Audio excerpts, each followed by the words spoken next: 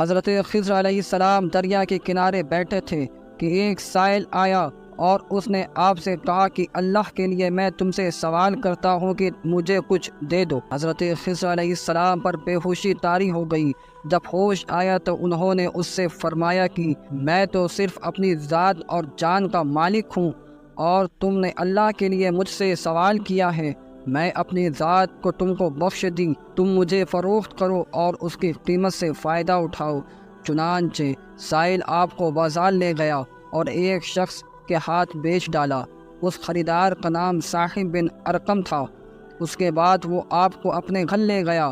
خریدار کا ایک باغ تھا جو اس کے گھر کے پشت پر واقع تھا۔ حضرت خضر علیہ السلام کو ایک مٹی کھودنے والا دیا۔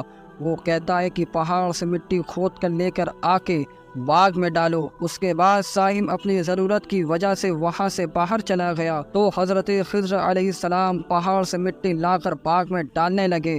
چنانچہ جب صاحب واپس آیا تو اپنے گھر والوں سے پوچھا کہ کیا تم لوگوں نے غلام کو کھانا کھلایا ہے؟ گھر والوں نے کہا کہ کہاں غلام، کون غلام، ہمیں تو اس کا علم نہیں۔ پھر صاحب نے کھانا اٹھایا اور غلام یعنی حضرت خضر علیہ السلام کے پاس آیا تو ان کو اس حال میں پایا کہ وہ پورے پہاڑ کے کاٹنے سے فارغ ہو کر کھڑے ہوئے نماز پڑھ رہے۔ یہ دیکھ کر صاحب کو تعجب ہوا اور قریب تھا کہ اس پر بے ہوشی طاری ہو جائے۔ صاحب نے آپ سے پوچھا کہ مجھے یہ بتلاؤ کہ تم کون ہو؟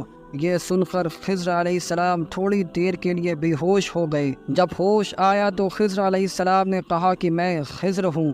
صاحب بے ہوش ہو گیا۔ اس کو ہوش آیا تو اس نے اپنے پروردگار سے توبہ کی اور آپ کو آزاد کر دیا اور کہا کہ اے رب مجھ سے اس کا مواخذہ نہ کرنا، اس لیے کہ میں ان کو نہیں جانتا تھا۔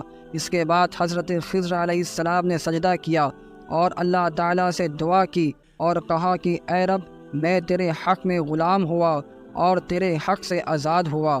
اس کے بعد آپ نے دیکھا کہ ایک شخص دریا پر کھڑا ہو کر کہتا ہے اے میرے رب حضرت خضر علیہ السلام کو غلامی سے رہائی دے۔ اس کے بعد توبہ قبول ہوئی اور ان کی توبہ قبول ہوئی۔ حضرت خضر علیہ السلام نے ان سے کہا کہ تم کون ہو؟ اس نے جواب دیا کہ میں شادون ہوں۔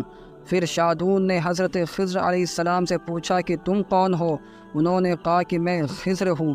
اس کے بعد حضرت شادون علیہ السلام نے آپ سے کہا کہ اے خضر تم نے دنیا طلب کی کیونکہ تم نے اپنی ذات کے لیے رہنے کا مکان بنایا۔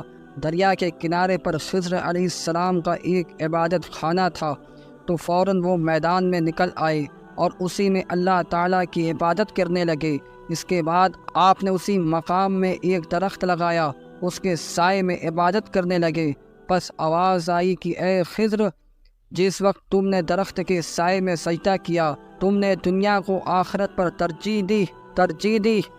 مجھے اپنی عزت و جلال کی قسم ہے کہ دنیا کی محبت میں میری رضامندی نہیں ہے۔ اس کے بعد حضرت خضر علیہ السلام نے کہا کہ اے شادون غالباً یہ فرشتے کا نام ہے، اللہ تعالیٰ سے دعا کرو یہاں تک کہ وہ میری توبہ قبول فرمائے۔